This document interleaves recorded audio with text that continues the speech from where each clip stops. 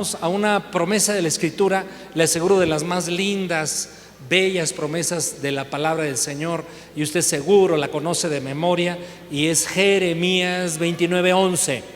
Jeremías 29:11. Y vamos a meditar ese hermoso pasaje y que el Señor nos hable. Gracias a Dios. Y vamos a leer dos versiones de ese versículo bíblicas, la Reina Valera y la Nueva Versión Internacional. Y si ponen en pantalla, está ya la Reina Valera, y leemos juntos este bendito y precioso pasaje. Porque dice el Señor: porque yo sé los pensamientos que tengo acerca de ustedes, dice el Señor, pensamientos de paz y no de mal, para darles el fin que esperan. Ahora pongamos la Nueva Versión Internacional, por favor, donde se lee así: porque yo conozco los planes que tengo para ustedes. ¿Ya está en pantalla? ¿Sí? Gracias a Dios. Es que no hay sincronización entre esa pantalla y esta otra. Yo conozco los planes que tengo para ustedes, afirma el Señor. Planes de bienestar y no de calamidad, a fin de darles un futuro y una esperanza. El tema de hoy: nuestro futuro y esperanza están en Dios. Pues ¿en quién más, verdad?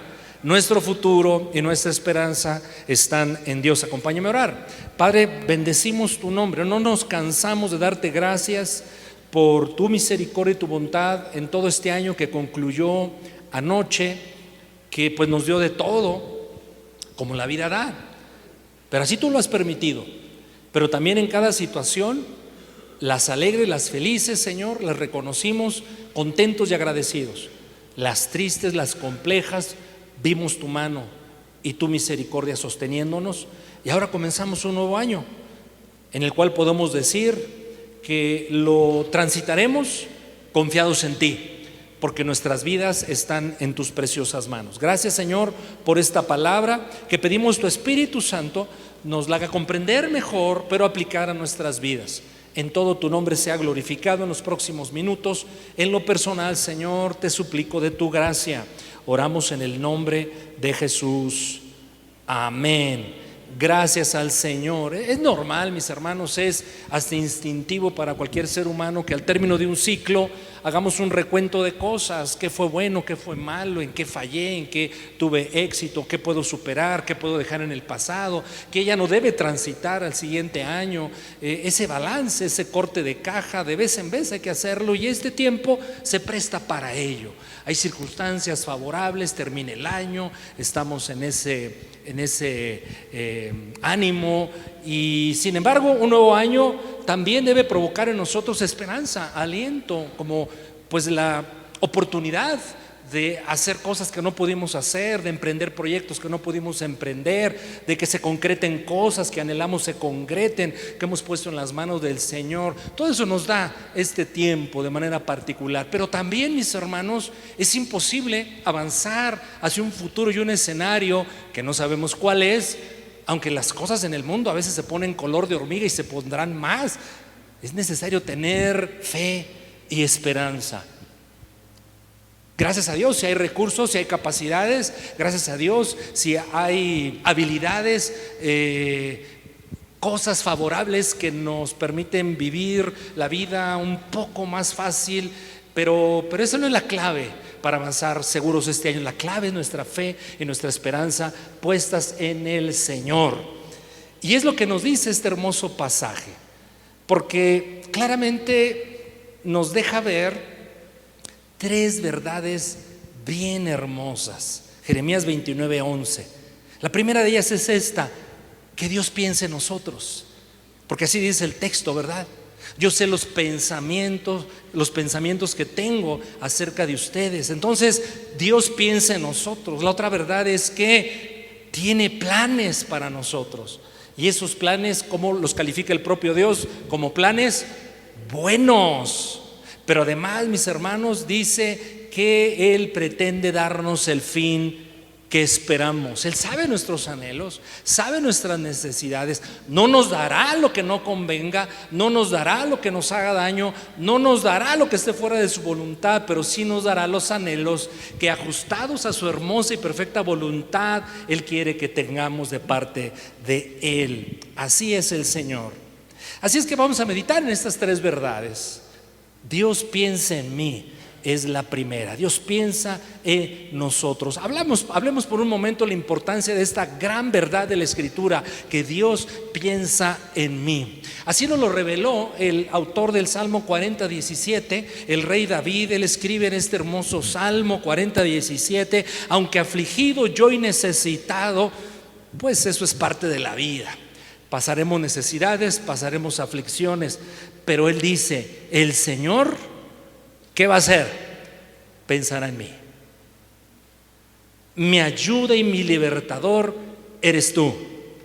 Por cierto, Dios mío, no te tardes. Es bíblico decirle al Señor: Señor, please don't be late. Señor, no te tardes. Aquí está este texto. Ahora, la nueva versión internacional de ese mismo versículo añade un elemento bien interesante. Leamos ese mismo pasaje, Salmos 40:17, en la nueva traducción internacional. Y creo que la que mejor sugiero es la nueva traducción viviente, mi querido Cris, la nueva traducción viviente de ese pasaje. Y dice: en cuanto a mí, escribe el autor, pobre y necesitado, y lo pone como un anhelo, como una oración, pero seguro de que Dios la está escuchando y la responderá: que el Señor me tenga en sus pensamientos, porque tú eres mi ayudador y mi salvador, oh Dios mío. Y ahí está otra vez, ¿verdad? No te demores, no te demores. Así es que cuando dice que el Señor piensa en nosotros, el mensaje para mí es claro: Dios está ocupado. ¿Qué ocurre en nosotros cuando pensamos en algo, en alguien? Estamos pendientes de su condición, de su necesidad. ¿Cuántos papitos, de cuántos padres ya sus hijos salieron de casa? Quizás por motivos de estudiar en otra ciudad o que ya se casaron. A ver, levanten su mano si me hacen favor. Caray, pues no muchos. Qué interesante. Pero todos nosotros hemos pasado por esa experiencia, que un ser querido viaja, va lejos, y si ese es ligado a nosotros, lo normal sería que estemos pensando en él, en ella. ¿Qué estará haciendo? ¿Habrá comido bien? Era la preocupación principal de mi mamita cuando me fui a estudiar. ¿Dormirá bien? ¿En qué ocupa su tiempo? Etcétera.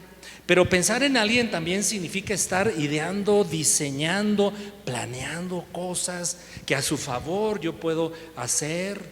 Déjeme decirle nuevamente a las mamitas de esta congregación que las bendecimos, las honramos, las amamos, que estoy seguro desde que se levantan temprano una pregunta que quieren resolver es: ¿qué van a comer en la familia? ¿Qué voy a preparar? ¿Ustedes de esas damas? Parece que no. Son señoras muy modernas. No, lo normal es que la mamita esté al pendiente de que las cosas para la vida en el hogar estén ahí provistas. Esa es una ilustración de lo que es estar pensando en alguien. Para mí ha sido de grande bendición, mis hermanos, que me doy cuenta tiempo después de que alguien ha pensado en mí. Hace muchos años ejercía yo profesión, soy ingeniero industrial, etcétera, y trabajé en el de la consultoría, y yo viajaba todos los días al Distrito Federal y regresaba a casa ya tarde, noche, y un anhelo para mí era pasar más tiempo con mi esposa. En aquel tiempo solamente estaba mi esposa y Areli, y yo oraba al Señor: ay Dios, ojalá pudiera yo tener otra actividad cerca de mi esposa, etcétera. Y un buen día un gran amigo de nosotros y de mi familia me propone un negocio. Me dice: Gabriel, le voy a decir, me decía Gavilán, Gabriel, te quiero proponer un negocio que te puede cambiar la vida, pero algo te aseguro, que vas a pasar mucho tiempo al lado de tu esposa. Y era un anhelo que yo tenía. Y me propuso ese nuevo negocio y lo tomamos, y nuestra vida cambió y se cumplió lo que yo anhelaba y mi amigo me proponía, estar pasando la mayor parte del tiempo del día con mi amada esposa, que Dios me lo ha concedido hasta el día de hoy. ¿Usted cree, mis hermanos? Qué bendición para mí tener a este marido así a su lado todo el día, ¿a poco no? Y más bendición para su servidor. ¿Cuál es el punto? Que mi amigo, sin yo decirlo, había estado ocupado en mí, me había estado observando. Quizás había escuchado alguna expresión mía, quizás observaba nuestras vidas, pero por el cariño que nos tenía, él ideó, planeó, pensó en cómo darme una opción de vida para satisfacer un anhelo. Así trabaja Dios con nosotros, mis hermanos. También emprendimos un proyecto de mucho dinero, mi esposa y yo, de algunos millones de pesos, y nos faltaba un recurso para completar en el tiempo que deseábamos ese proyecto.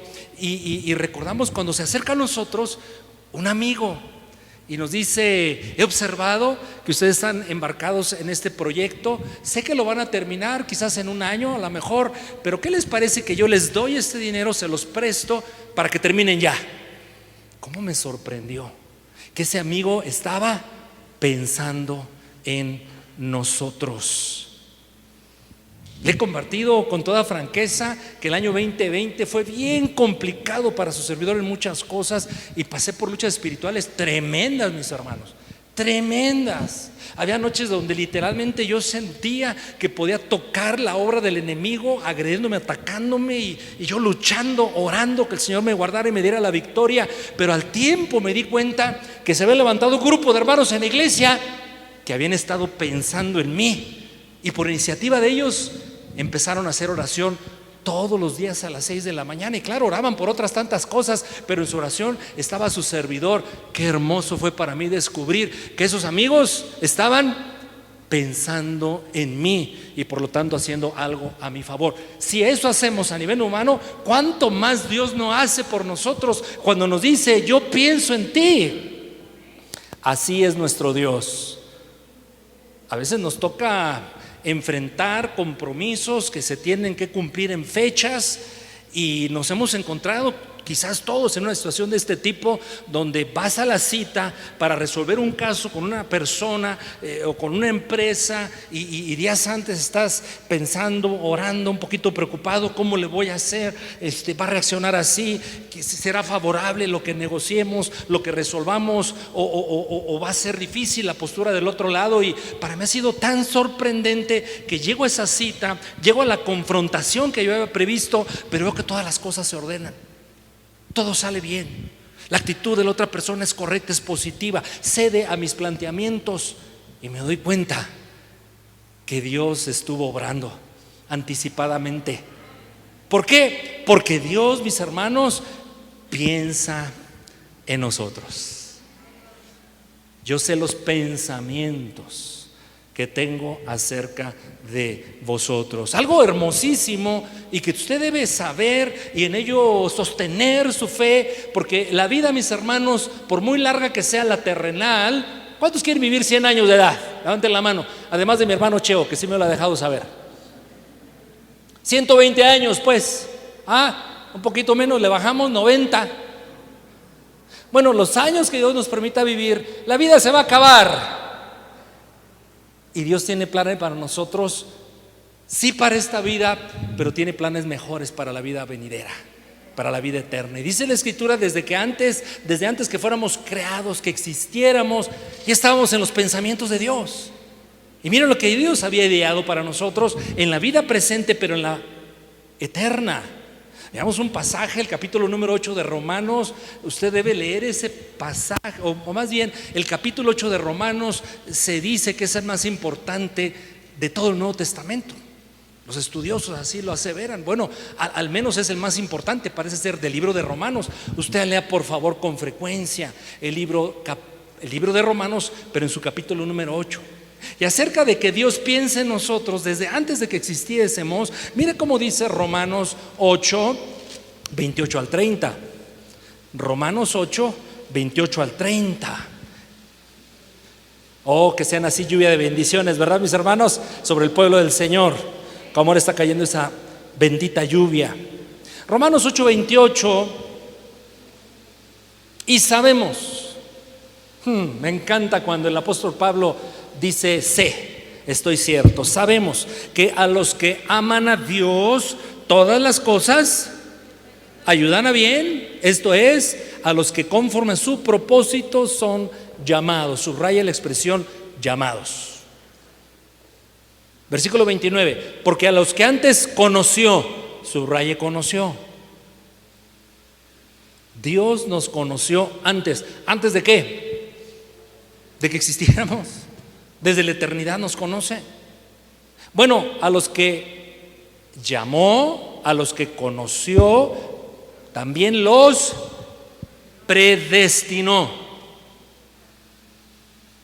Es decir, que Dios, pensando en nosotros, para sus hijos, para su pueblo, ha definido un destino. Predestinó. ¿Qué destino el Señor establece para su pueblo?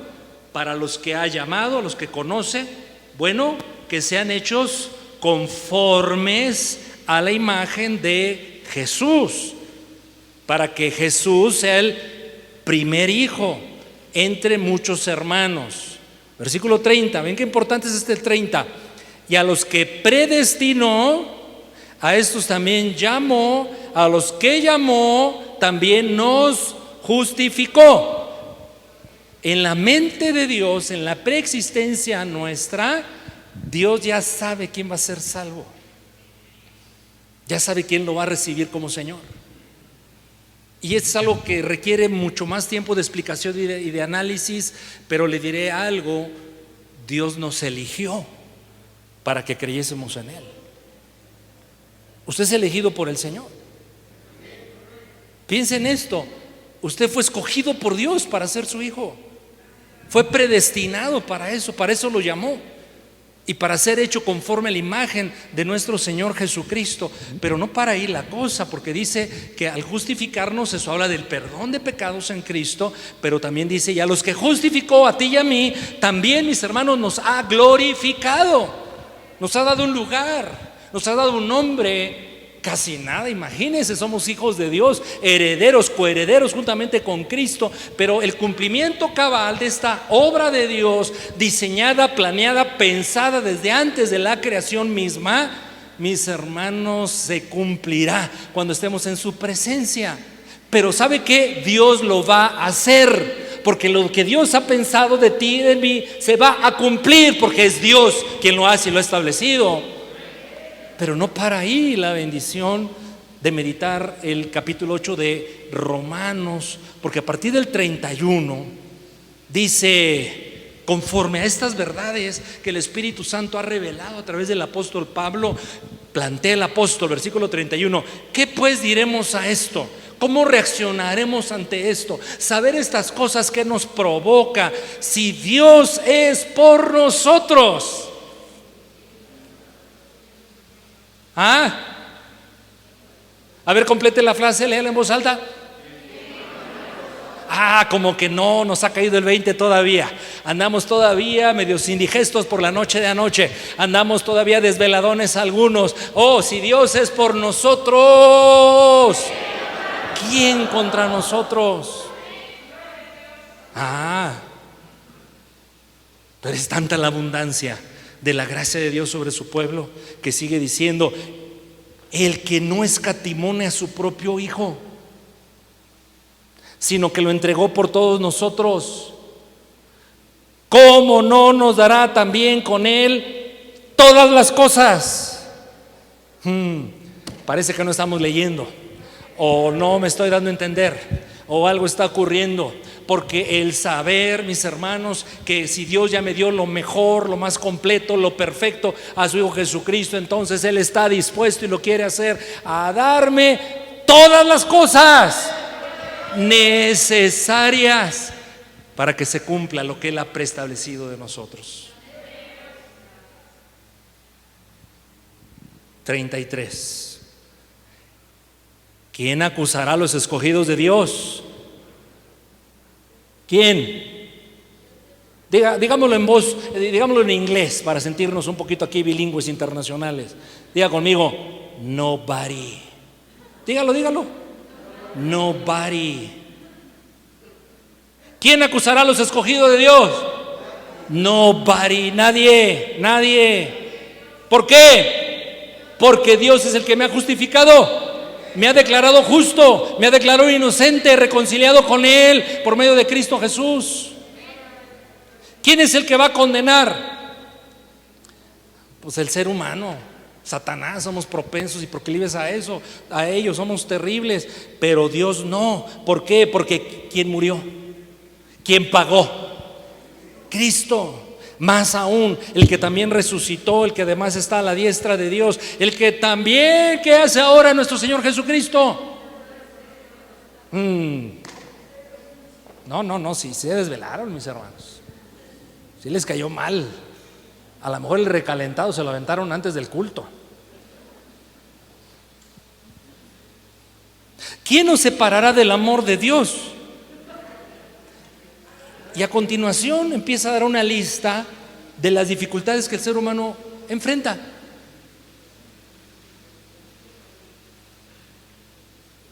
Tribulación, angustia, persecución, hambre, desnudez, peligro, espada.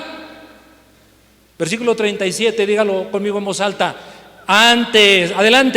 Antes, en todas estas cosas somos más que vencedores por medio de aquel que nos amó. Todo esto ocurre porque Dios ha pensado en ti y en mí. Quiere decir entonces que para cada situación que acabamos de leer, que forman parte de la vida terrenal, escucha muy bien, como Dios ya lo sabe, ya lo pensó, ya lo ideó, ya lo calculó, hay suficiente provisión para ser más que vencedores por medio de nuestro Señor Jesucristo. Y todo, alabe al Señor. Y todo emana de una actividad que Dios se complace en hacer. Piensa en mí. Creo que hay una canción, ¿verdad? No sé cómo va, pero pues está bueno para título de una canción. La siguiente parte de Jeremías 29:11 dice: porque yo sé los pensamientos que tengo acerca de vosotros. Siguiente frase, verdad de este versículo: tengo pensamientos de paz y no de mal. Ya a estas alturas del conocimiento bíblico y del Señor no nos cuesta entender, y lo acabamos de hacer hace un instante. No nos cuesta aceptar que Dios tiene pensamientos buenos, de paz, shalom, bienestar. Pero ¿por qué dice no de mal? Porque es importante, cada palabra de la Escritura es importante, ha sido revelada por el Espíritu Santo y es para nuestra edificación. ¿Por qué dice el Señor no tengo planes de mal? Para responder esto hay que entender un poco el contexto histórico en el cual se está dando Jeremías 29:11, porque ninguna porción de la Escritura está aislada de su contexto histórico y gramatical. Y veamos un poquito de historia, de dónde surge y en qué momento esta tan hermosa declaración de nuestro Dios de Jeremías 29:11. Veamos a Jeremías 29, versículo número 1, por favor. Jeremías 29:1. Estas son las palabras de la carta. Entonces forma parte de una carta. Hasta este momento el profeta Jeremías ha estado proclamando verbalmente la voluntad de Dios. Ahora es en forma escrita, y para su servidor eso tiene relevancia, es decir, es de suma importancia lo que se está comunicando ahora a través de una carta. Estas son las palabras de la carta que el profeta Jeremías envió de Jerusalén a los ancianos que habían quedado de los que fueron transportados, y a los sacerdotes y profetas, y al todo el pueblo que Nabucodonosor llevó cautivo de Jerusalén a Babilonia. Jeremías 29:11 entonces en un contexto de cautiverio, de un tiempo difícil. un tiempo de los más complicados en la vida del pueblo de Dios, en la vida del pueblo de Israel. Si usted lee un poquito más pasajes de Jeremías, se va a dar cuenta que el cautiverio ha sido incluso llevado a cabo por el propio Dios, que Dios está disciplinando a su pueblo, porque es un principio en la Escritura, mis hermanos, que se va a cumplir en los hijos de Dios. Que el hijo que ande descarriado, el que es hijo y anda en franca desobediencia, si es hijo, ¿sabe con qué se va a encontrar? Con la disciplina de papá, lo cual es bueno para que no se destruya, ni destruya a otros y no se pierda. Así es que el pueblo de Dios está aprendiendo disciplina del Señor. Y es la lección más importante, son muchas, pero la sobresaliente es esta. Lo que Dios le quiere enseñar al pueblo es la siguiente: cuando mi pueblo, cuando mis hijos obedecen, hay bendición. Cuando mi pueblo, cuando mis hijos desobedecen, hay maldición. Y este era un tiempo donde el pueblo estaba pagando las consecuencias de su desobediencia. Y Dios los estaba corrigiendo. Dios estaba tratando con ellos. Obviamente con su amor. Versículo 4 en adelante de Jeremías 29. Así ha dicho Jehová de los ejércitos, Dios de Israel, a todos los de la cautividad que hice, Dios, transportar de Jerusalén a Babilonia. Y aquí vemos el cuidado de Dios en medio de la disciplina, porque así es el Señor. Y entonces, como cautivos, como esclavos, yo he pensado esto. Jeremías es uno de los profetas que más me gusta leer con frecuencia, y obviamente Isaías, ¿no? Son como de nuestros consentidos. Pero a mí me impresiona el poder y la gracia de Dios obrando en su pueblo, que aún en medio de cautividad, lejos de su tierra, repito, esclavos de una nación poderosísima y malvada, aún en esa condición, mire lo que hace Dios. Versículo número 5. Son esclavos, están cautivos bajo mi disciplina, pero ¿qué creen? Edifiquen casas, habítenlas, planten huertos, coman del fruto de ellos. Dentro de la disciplina, la generosidad del Señor. ¿No le parece asombroso que esclavos prosperen en tierra ajena, en la tierra de esclavitud, en la tierra de cautividad? Versículo 6. Cásense. Los solteros dirían amén, amén, ¿verdad? Engendren hijos e hijas.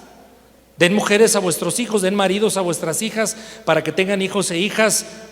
Multiplíquense. No disminuyan. No dejan de ser mi pueblo.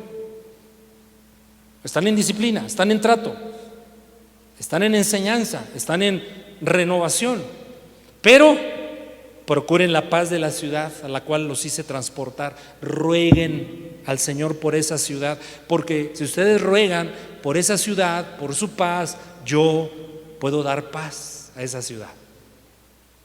Mi amado, mi amada, nos ha tocado vivir un tiempo bien complicado en nuestra nación, en el mundo entero, pero en nuestro país.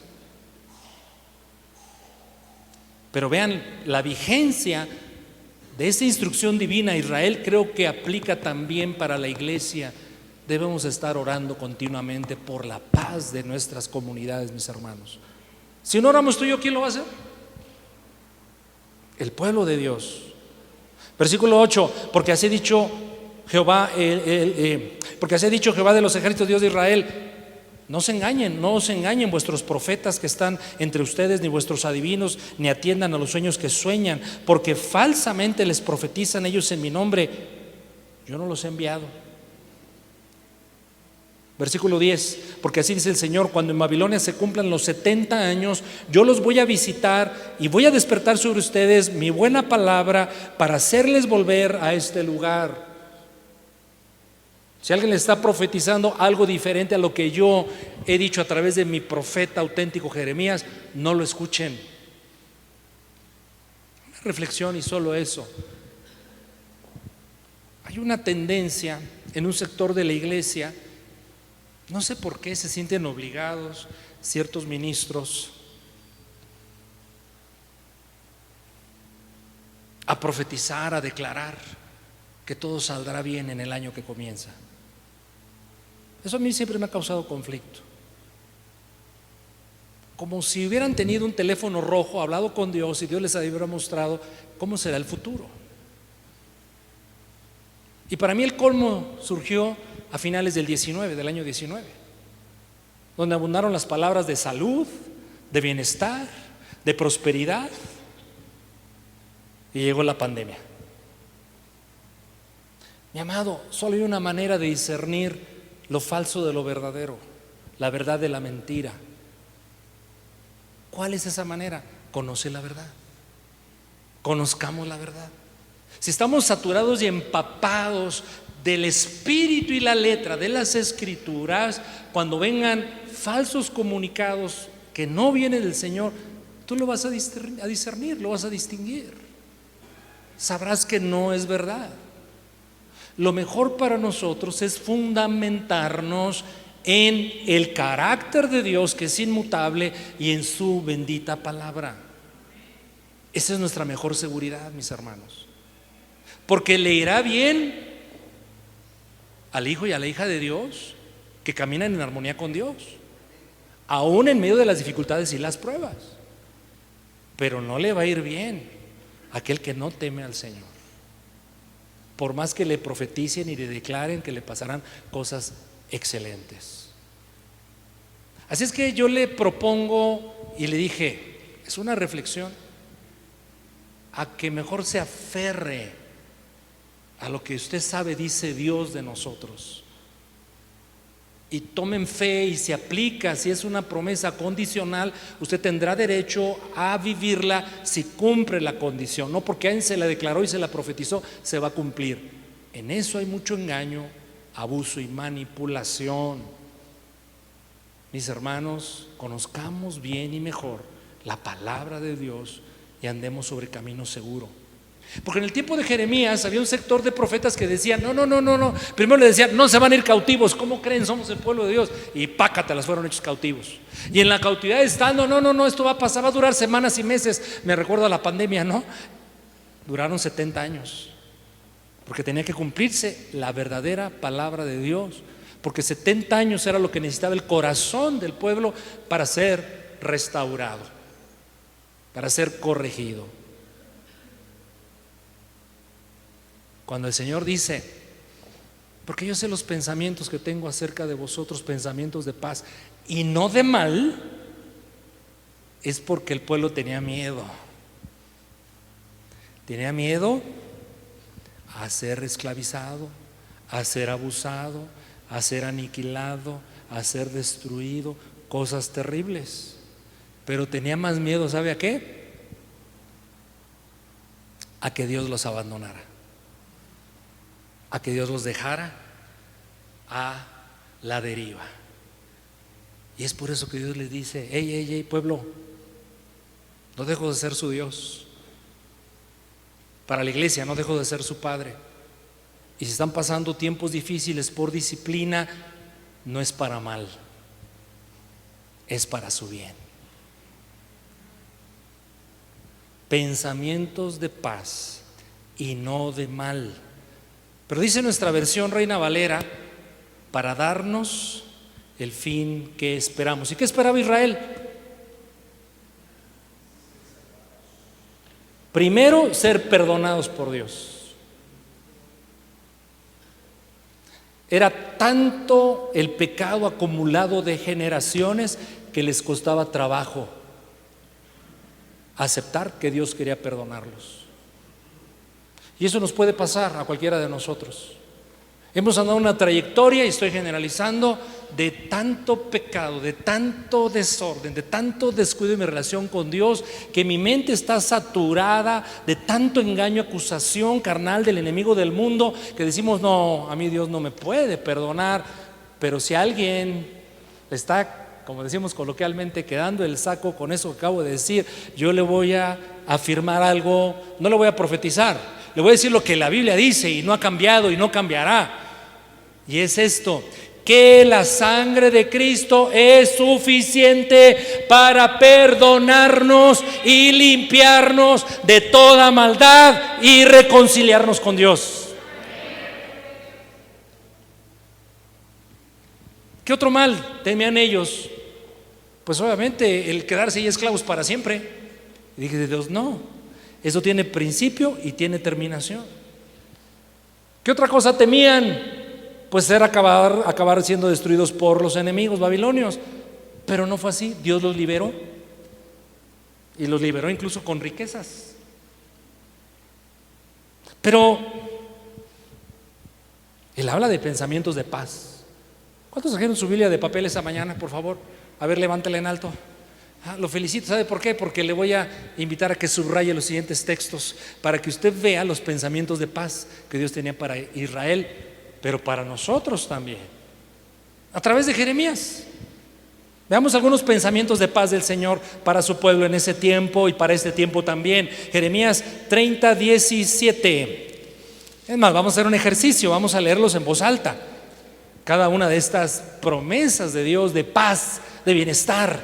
Jeremías 30:17. A ver, adelante todos.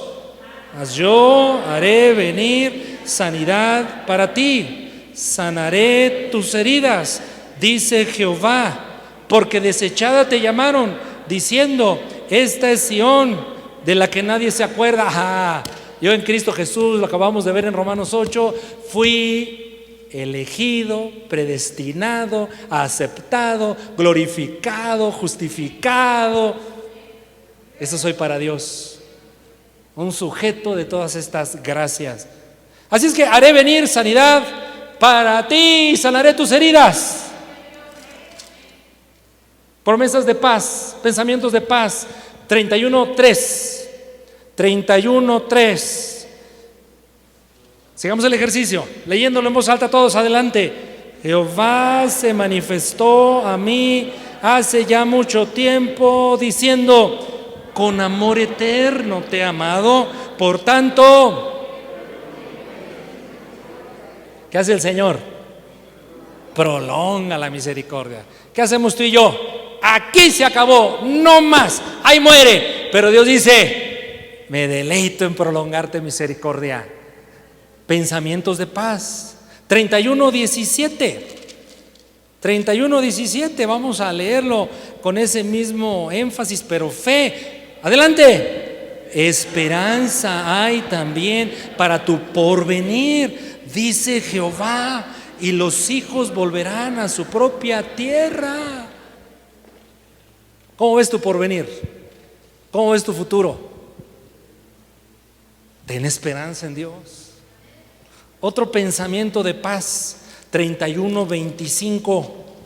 Adelante. Vamos.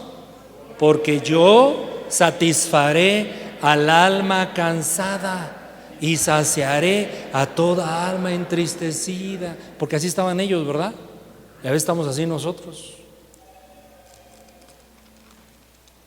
¿En qué me quedé? Pues vamos al teléfono de Dios, al número telefónico de Dios. Jeremías 33:3. Pensamientos de paz. Adelante. Clama a mí.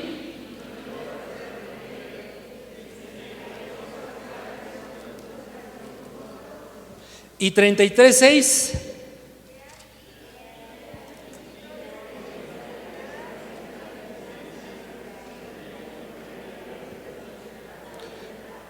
Pues botellita de Jerez, todo lo que digan será al revés. Vamos a leerlo puntualmente todos. Adelante. He aquí que yo les traeré sanidad y medicina, y los curaré y les revelaré abundancia de paz y de verdad. Porque yo sé los pensamientos que tengo acerca de vosotros. ¿Qué pensamientos estos? Son pensamientos de paz y no de mal. Debo decirle esto.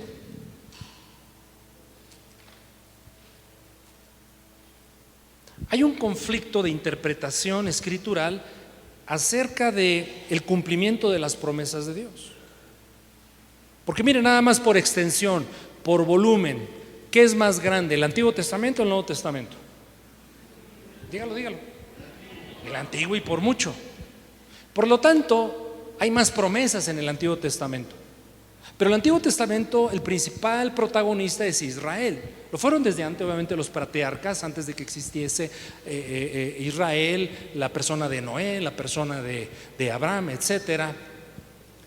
Y hay un conflicto de interpretación en torno a esto. Ponga mucha atención, esto es bien importante, porque usted lo va a leer en textos, en las redes sociales, en videos, lo va a escuchar. Y algunos dicen, cuidado con las promesas del Antiguo Testamento, porque esas solamente fueron para Israel o para los patriarcas. Y casi quieren dejarnos sin más de la mitad de la Biblia. Yo he meditado mucho tiempo en eso y digo, no estoy de acuerdo. Yo pienso que las promesas del Antiguo Testamento, a excepción solo de unas pocas cuantas, son también para la iglesia, son también para nosotros. ¿Por qué? Primero, porque en cada promesa Dios está revelando su carácter, su disposición hacia sus elegidos, Israel y la iglesia. Segundo, porque en cada promesa Dios nos ha revelado cómo le gusta obrar con los suyos. Tercero, la Biblia dice claramente que Dios no hace acepción de personas.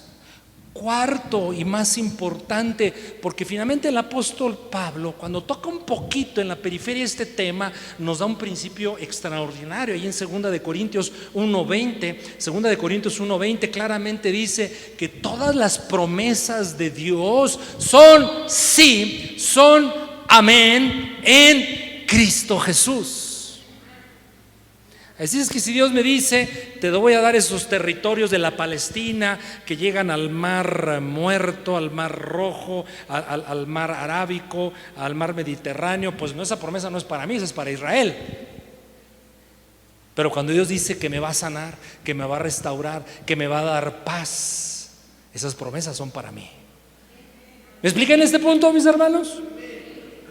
Si no me expliqué, entonces vuelva a oírme en YouTube, ahí en la grabación, y medítelo, porque cuestión de tiempo no quiero dedicar tanto a esto. Así es que pienso que dependiendo de cada persona y su circunstancia, como sea, Dios cumplirá su propósito y sus promesas en cada uno de nosotros.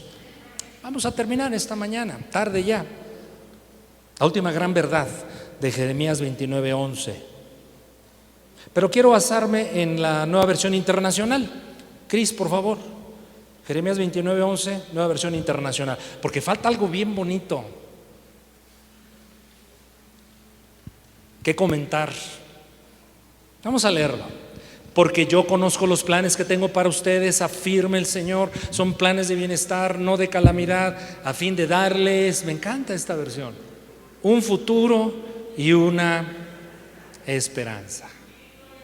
Un futuro y una esperanza. No necesitamos dedicar mucho tiempo para darnos cuenta que queremos, que esperamos de Dios, que hemos puesto en sus manos. Pero que hay algo que hay que comentar. Dios también esperaba algo. Israel esperaba algo. Nosotros esperamos algo. Pero Dios también esperaba algo en este tiempo en que se da el pasaje, que lo muestran. Regrese por último a Jeremías 29, los versículos 12 al 14. Esto es lo que estaba buscando el Señor. Este era el propósito del trato, de la disciplina. Este era el lugar a donde Dios quiere llevar a su pueblo para poder nuevamente levantarlos y prosperarlos y bendecirlos, como siempre había sido el deseo del Señor.